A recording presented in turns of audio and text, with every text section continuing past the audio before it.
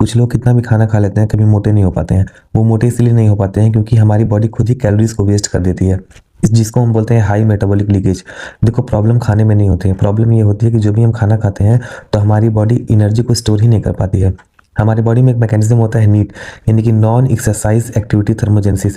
जिसका मतलब ये होता है, जब भी हम वॉक कर रहे होते हैं या मूव कर रहे होते हैं या पोस्चर चेंज करते हैं, तो हमारी बॉडी बिना जिम जाए लगभग 300 से 700 कैलोरीज बर्न कर देती है।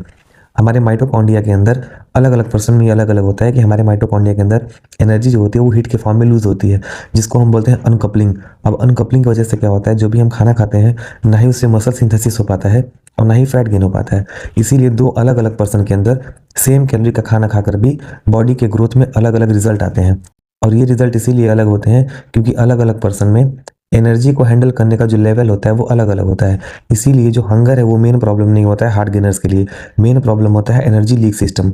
अगर तुम चाहते हो कि तुमको मैं मेटाबॉलिज्म स्लो करने के साइंटिफिक तरीके बताऊं तो कमेंट करो मेटाबॉलिज्म, और ऐसे ही और साइंटिफिक नॉलेज के लिए आप फॉलो कर सकते हैं। Thank you.